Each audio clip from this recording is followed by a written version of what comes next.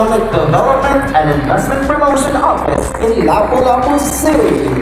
Let's give him a big round of applause.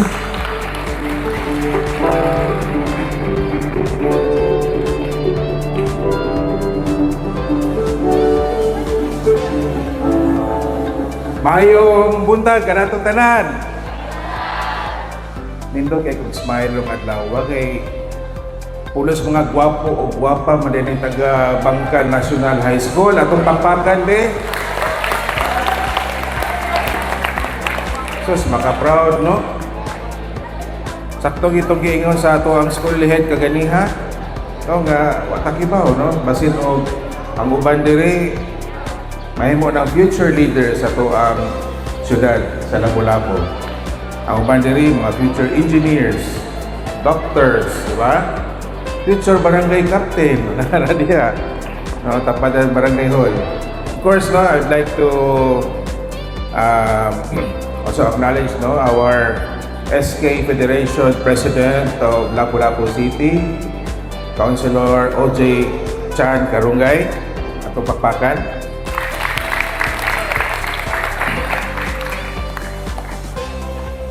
Okay, so, and together with representatives from SSS, Pag-ibig, PhilHealth, atong kakakay sila daan para mas munindot pag yun ato ang no? Ato ang engagement today.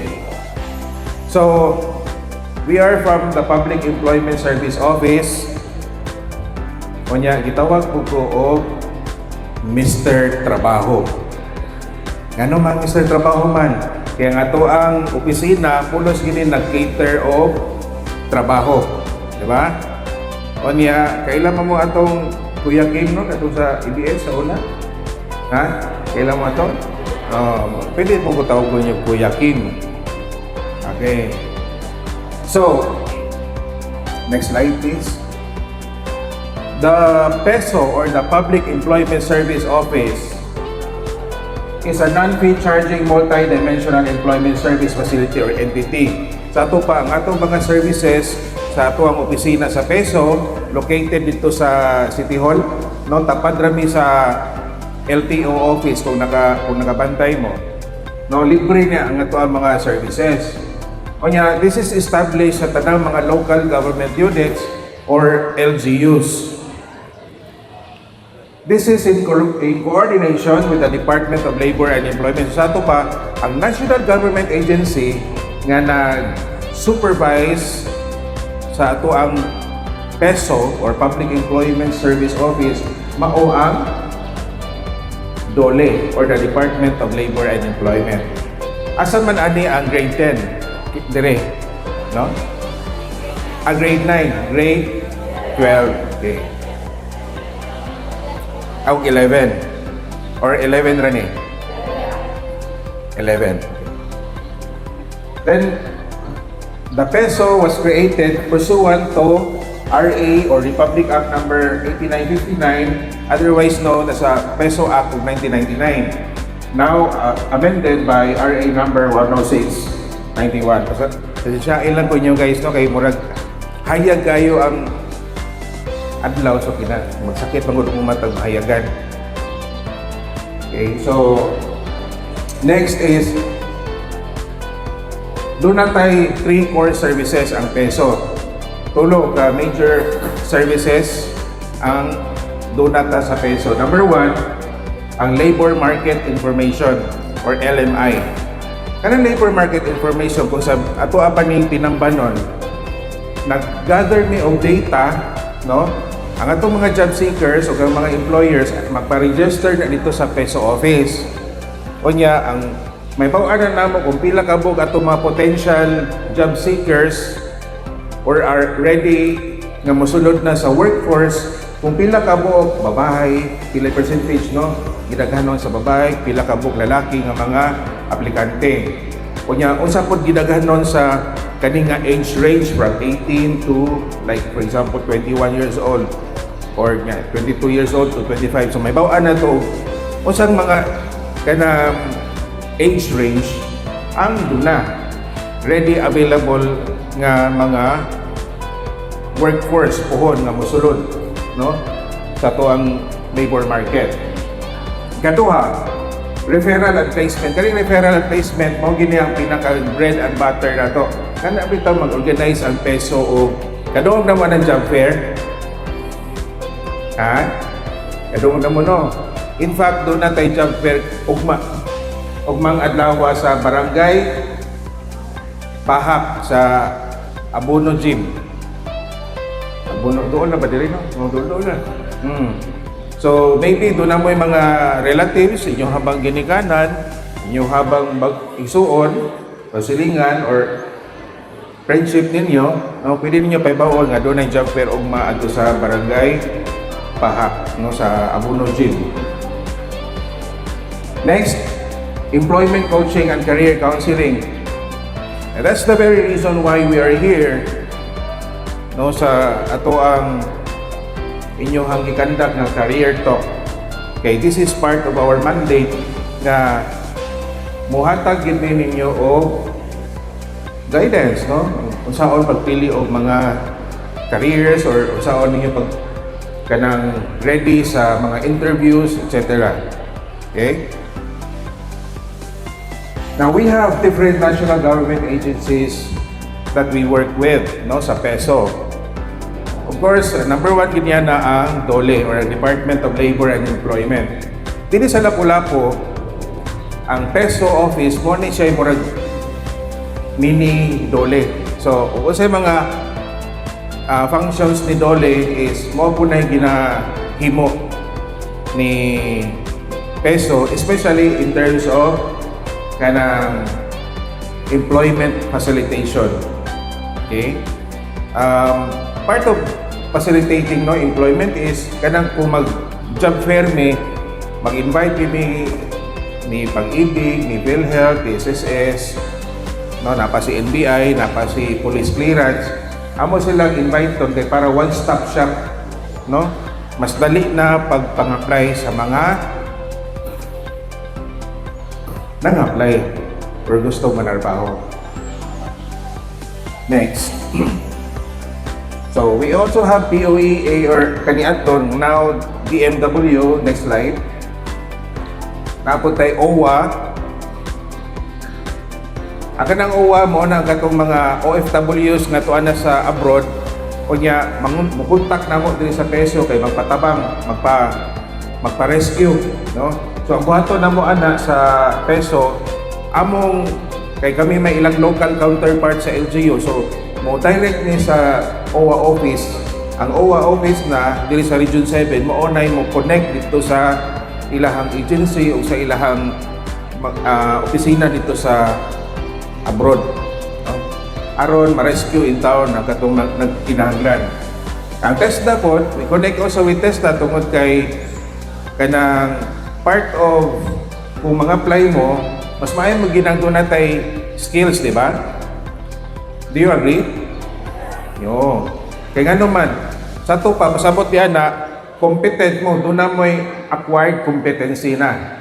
So kung kamo ang company, asa may inyong pilion, kung kamo ang HR, asa inyong pilion, katong aplikante nga walay competency or walay NC2 or katong doon na NC2 sa TESDA.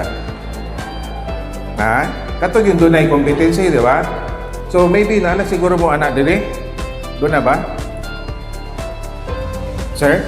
Doon na mo yung mga TESDA dili nga mga NC2 techbook. No, that's good, no? Next, DSWD. So, ang DSWD is para sa mga social services, no, mga ayuda or kanang tabang, no, sa atong mga regional. Pero kami sa PESO, ang relationship namin sa PESO sa DSWD is more targeted on the displaced workers. Kay nakinalaman to silang social services po kay di ba yan lalim mawagtang ng trabaho, no? Itong mga displaced workers, muna siya kanang natangtang sa trabaho o nanira ilang kumpanya, no? Natangtang sa trabaho, dili tungod kay nakasa siya. Kung dili niya tinuyuan, kay nga naman, naghinay ang kumpanya. So, kinahanglan magpagamay silang tao or manangtang ang tao. Di ba? So, kami sa PESO, mo connect ni anak dito sa DSWD aron matagaan sila o ayuda. Next. programs and activities of PESO. Of course, no, ang local and overseas job fairs. No, mo ginay pirmi na to nga kanang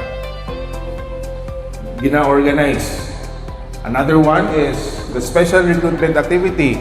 Kana special recruitment activity, mang-invite big mga company ato sa mga opisina adto sila mang-interview.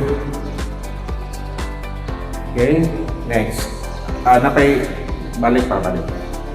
Then posting of job ads. So, ang atong mga partner nga employers or companies, mo request na sila sa mo ang magpa-post of job posting, no? Mga job vacancies nila. So every now and then, almost every day, no? Doon na mi i-post nga mga hiring kay daghan naman kayo tao kanang mga companies nga partner sa PESO. Next. Now let's talk about local employment, no? So, isgutan lang muna mo ani kay because although di pa mo mga apply na yun, but at least you know, you are prepared, kabalo na mo what to do. Sakto ba? Interesado mo makabaw? Oo. Oh, that's good. Unahon na to ang educational background. Now, guys, mo matter gyud ug unsa ang atong educational background ko mga playta, no? Naapoy uban nga applyan nga dili na mo matter unsa imong educational background kay for example naara ka sa kanang construction di na mamili og college graduate, no? Oh. So importante ana kuan naman kanang singot ra man gid sa tawo ang imong puhunan ni ana, no? Pero kung mga apply kag maestra kinahanglan education gid ka nga graduate sakto dili. Mga apply gani ka og nurse, dapat mag-graduate sa gid kag nursing. No? Nya mo pasar sa board exam. Sakto dili. So mo na mo matter gid ang educational background. Kaduha, work experience. Of course, kasagaran sa fresh graduates, di ta lang ta mamili no sa trabaho.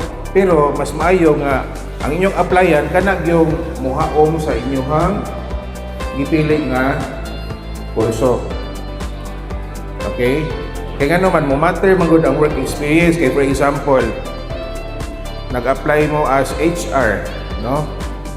Nya, kinahanglan og 2 to 3 years experience. So, dapat lagi kay previous nga experience, no? Now, for example, kung teacher, kasi may gusto dili mag-teacher, isang kamot. Kasi gusto mag-teacher.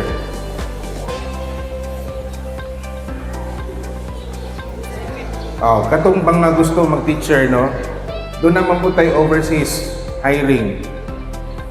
Diba mo asa pa doon mga teachers, dagko ra bang sweldo. Adto sa ato lagi gawas adto sa US. Adto sa Amerika. No, nindot kayo kay ang gobyerno gid sa Amerika mismo mooy mo hire sa mga Pilipino nga professional teachers kinahanglan lang og at least kinahanglan og 4 or 5 years experience as a public school teacher. So, may nakadungog dali nga kuan na teachers niya no basin kalid niya to apply abroad. Next, skills. Mo na ako gingon ganiya no katong nakay mga training, seminars, nakay mga TESDA in situ nga kuan, TESDA in situ holder ka. So kuan na kanang pabor na kayo na mo. Nga, kani age preference o gender preference. Kabalo man tanong nga, wala naman untay dapat discrimination. Sakto dili. No? Dapat wala na discrimination. No? Especially sa edad. No?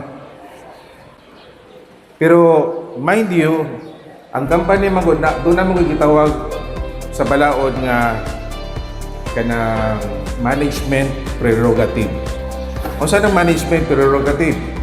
Ilahan ng right, ilahan ng katungod kung unsa ilang gustong i-implement sa ilahang company, sa sulod sa ilang company. Di ba? So panalitan, gusto nilang mga batan-on ilang workforce, wa kay mahimo. Ang katong mga taas ng edad, kanang di ito nila mapasar kung mag-interview or mag-exam sila. Okay? Kaya nga naman, ilahan man tong preference. However, dili na nila i-advertise nga na age limit dili kay bawal man gina siya mag-advertise na dunay age limit. Okay? But ilahan na ng kagulingong katungod nga mupili internally silang company. Next, school preference. Depende kay naman ko'y uban, for example, engineers, no? Ang kasagaran na i-hire sa mga MEPS companies ng mga engineers, kanag yung graduate sa USJR, graduate sa CTU, Maine, CIT, talagsara na sila mag-hire ng mga graduate ng San Carlos kay arte ko no, di ko no, mamili ko no trabahoon. Well, depende maguna sa culture sa school, no? Then, attitude towards work. Muna yung pinaka-importante guys, manarbaho, ganita, kinalang doon na tayo nindot nga attitude sa pagpanarbaho. Kung sa may pasabot ni ini, kana bitawng dili ta mag-sige o absent, kanang dili ta ma-late paingon sa trabahoan. Muna yung klase nga attitude.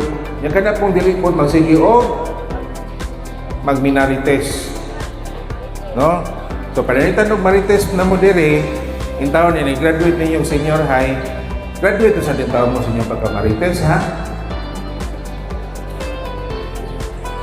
Next slide.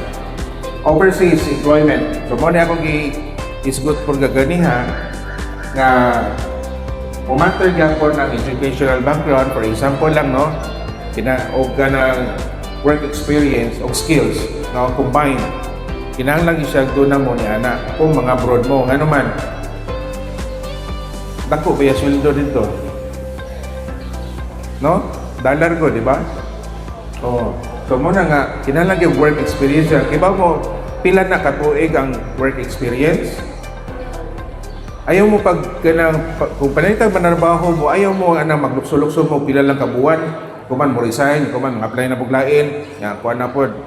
Kay dili man na maayo tan-aw sa employer nga tagsigit kag ambak-ambak o trabaho laing trabahoan. So as much as possible para solid experience yun, give yourself 3 to 5 years in that particular company, in that particular industry. Maybe within 1 year mubalik na po ka o tourism, laing company within the tourism or industry. Ano ba? So, the same industry kay aron kanang dili lisod pag pang-apply nimo puhon nga kanang nagsigi kag ambak-ambak niya, dapat doon na kay taas nga experience. No, usually ang mga deployments nato ani ato sa UAE, Saudi Arabia, African, Mediterranean countries, US, Japan, Australia, Europe. Okay, next. So, usa may mga challenges panalitan mo decide mo nga mo ato sa mga apply mo trabaho abroad. Dapat ready mo nga mobiya sa inyong ginikanan. Dapat ready mo mobiya sa inyong family. No, kay ang homesickness baya bisod kayo na siya tambalan dito kung maabot na mo dito sa layong dapit. Sakto dili. Diba? Kunya og naanad mo nightlife, mo na nga ining duty, ining so ninyo sa eskwelahan magduga na mo. Nya wala ba na nightlife dito, ma-abroad na mo. So kinahanglan siya og grabe nga disiplina niya, dapat mag-self-assessment yun mo. I-assess niyo yung kagalingon kung kaya ka. Next. Now let's think about this, no? Not everyone, not all of you here can immediately land a job. Sakto dili. Dili mo pwede man magdungan o kasud og trabaho. Sakto dili. Ano man? Kanya mo kung pag-apply trabaho, no? Usahay ha? Usahay, swerte-swerte. Mutuwa mo na yan, ha? Swerte-swerte, nga naman, pag pang-apply ato inyong cum laude, nangita dahil sila o lahi nga candidate. Ya karon pag pang-apply nimo, timing na kay kaila dito sa sulod sa kumpanya, na-hire ka, nga naman, na kay kaila, na kay backer. Mo na reality ha, in life. Oh. Okay, so naiuban nga kanang kuan lang, kanang pa-chill-chill lang during sa pag-eskwela. Pero mas nakauna pag sud og trabaho kay tungod kanang katudi ang pagka-chill-chill mo daytoy gihaom dai siya sa culture sa company culture. Okay, nya katuang number 1 student nga ni graduate, serious mo kayo to, wa siya masud. Kaya naman ang iyahang personality, ang iyang pagkasiya wa ni haom sa culture sa kumpanya kaya iyang gi-applyan. Okay? So mo matter gyud ang company culture, no? Depende kung Filipino ba'y tagiya or Filipino Chinese or American, di ba? Then kani isa man diri ang dunay leadership experience. Kanang nag-SK, isa may SK diri, isa kamot. Asa ka kanang gwapohon? Kanang gwapa? Gwapohon lagi, gwapo. Oo. Nag-SK, okay. Liwat mo ni Juan, atong SK Federation President, gwapo man po to. Awa. Oh. Nya, ati na lang po ko mo apel o gisko sa kong kagalingon, pero apelo ko na lang gini. SK masag ko. Ala din sila mo to nga SK ko. SK ko sa una ha. Second batch, 1996 to 2001. Dito sa Talamban, sa Cebu City. SK chairman ko dito sa Talamban sa una. So, at a young age, no, na-train ako sa in terms of community leadership, no. So, dili pa it's not yet too late, guys, no, nga mag-involve mo mga leadership roles, no, nga mo-appeal mo sa mga magpresidente mo or mag-officer mo sa inyong sitio, no, or sa inyong kapilya, okay kung kayo na siya. Ha? Ano man? Ako kay HR manager man po MEPS kaniadto before joining the Lapu-Lapu City Government. Nagtan-aw na ko sa biodata or resume. Moingon gani isuwat nito kuan kanang Prince Charming. Prince Charming sa kaninga kuan section grade ana. Na magyapon na role ang Prince Charming, di ba? Unsa mo tag president kani nga kuan organization. Ano man kinumdumig din ninyo permi ang company doon na gina sila gitawag og succession plan. So katong mga karaan nilang mga empleyado asa mo sila padong. Ang uban nato mo resign, ang uban mo retire. Kaya tiguang na. Kisabi mo puli nga mahimong supervisor or manager. Ang katong mga batanon nga dunay leadership potential. Nasabtan nyo guys? So dapat yun di ay, importante di ay kaayo nga atong i-appeal na itong baligya once mga-apply kag trabaho, no? I-appeal na itong baligya ato ang kagalingon nga, doon na dito leadership role, leadership potential. Kaya nga naman, nag-leader ta sa usa ka sitio, usa ka kapilya sa eskwelahan. Okay? So, ayaw mo uwaw-uwaw nga magpa-elect mo. No? Ipakita gyud nga kaya ninyong moatubang sa mga tao, no? Makig-istorya, mo organize og mga activities, mo plano og mga activities. Okay? Next. Okay. Kisa may na cellphone dire. Nay data? Okay, wana, bundutan yung cellphone. Search, no? I-search ang amo ang Facebook page. Makita mo diha nga naa diha si murag si Coco Martin nga picture o si Mayor Ahong na, no? O nya makita pa po sa usa nga murag si James Reid. Ako na si Mr. Trabaho. Ha? So i-search ang Peso Lapu-Lapu City with pila na naka followers? 29K followers na. Sige, search na siya niya, i-like para makafollow mo. Importante kayo nga aware mo, no? Minsan dili pa mo mosulod trabaho or di pa mo graduate. At least kamo masayod mo unsay mga latest nga mga hiring. Kaya nga naman, kanang nga information masili ay makatapang mo sa inyong ginikanan, sa inyong kuya or ate nga nangitag trabaho or mga silingan nga nangitag trabaho or relatives, okay? Or sa inyong habang uyab. No, gusto rin niyo yung patrabaho, okay? Wala na mag seryosohon na tabi. No? Okay? Isa may nakafollow na, isang kamot. Follow mo kay Nani Exam. Okay, so para na ninyo ha. Para na ninyo at least ma-inform lang mo what's going on. Unsay mga companies nga nag-hiring, unsay mga positions nga ilang ipang-hire. Ang importante mo niya mo ang tumong nga ma-aware ang atong mga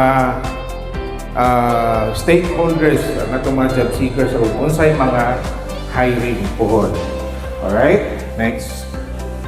So, napay mga other online job search ha, gawa sa Peso Lapu-Lapu City nga Facebook page, naapod ang mga Facebook page sa mga different companies and corporations. Tapoy Facebook page ang ubang mga peso sa ubang LGU. Naapod ang PhilJobNet, kaning PhilJobNet ang nag-manage nini ang DOLE, ang gobyerno. May nimo og Job Street, mga private ni sila, no? So, daghan kayo, no? Dili unlike kani adto sa kapanahunan namo nga wala pa to mauso to mag-online, mag-click, no? Kaniya to, kung asa na napita ang company, amo agi ng plitihan at tuon kay para makahatag ni sa amo ang mga biodata o resume.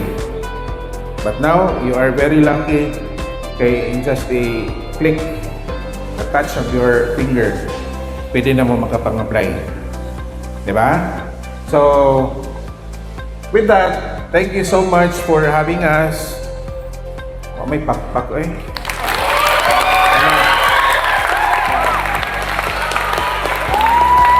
Murag nabuhi ko. So thank you so much for inviting us and for having us. And ato pakpakan ang SK Federation sa Lapu-Lapu City. Kaya dili patungod nila, no, dili ta maka ingon aning activity. Daghang salamat. God bless everyone.